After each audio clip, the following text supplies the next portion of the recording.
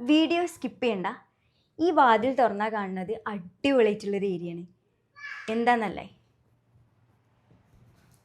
Luxury and beautiful ആയിട്ട് ചെയ്തിട്ടുള്ളൊരു ബാത്റൂമാണ് കേട്ടോ ഇത്. അടിപൊളിയാൻ കാരണം എന്താണെന്ന് വെച്ചാൽ ഭയങ്കര സ്പേഷ്യസോടെയാണ് ചെയ്തിട്ടുള്ളത്. ചൂസ് ചെയ്തിട്ടുള്ള ടൈലും അടിപൊളിയാണ്.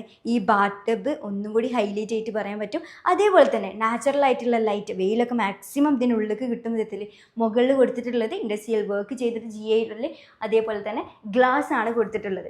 നാച്ചുറൽ ലൈറ്റും മഴയൊക്കെ ആസ്വദിച്ചുകൊണ്ട് നല്ല അടിപൊളിയായിട്ട് തന്നെ ഈ ഒരു ഏരിയ സെറ്റ് ചെയ്തിട്ടുണ്ട്. ഡിപ്പിട്ടുകൊണ്ട് dry area wet area separate ചെയ്തുകൊണ്ടാണ് ഈ ഒരു ഏരിയ സെറ്റ് ചെയ്തിട്ടുള്ളത്. നിഷൊക്കെ ചെയ്തിട്ടുണ്ട് കേട്ടോ. ഈ ഓരോ ഏരിയയും അടിപൊളിയാണ്. കൗണ്ടർ ടോപ്പ് വാഷ് ബേസിനും കൊടുത്തിട്ടുണ്ട്.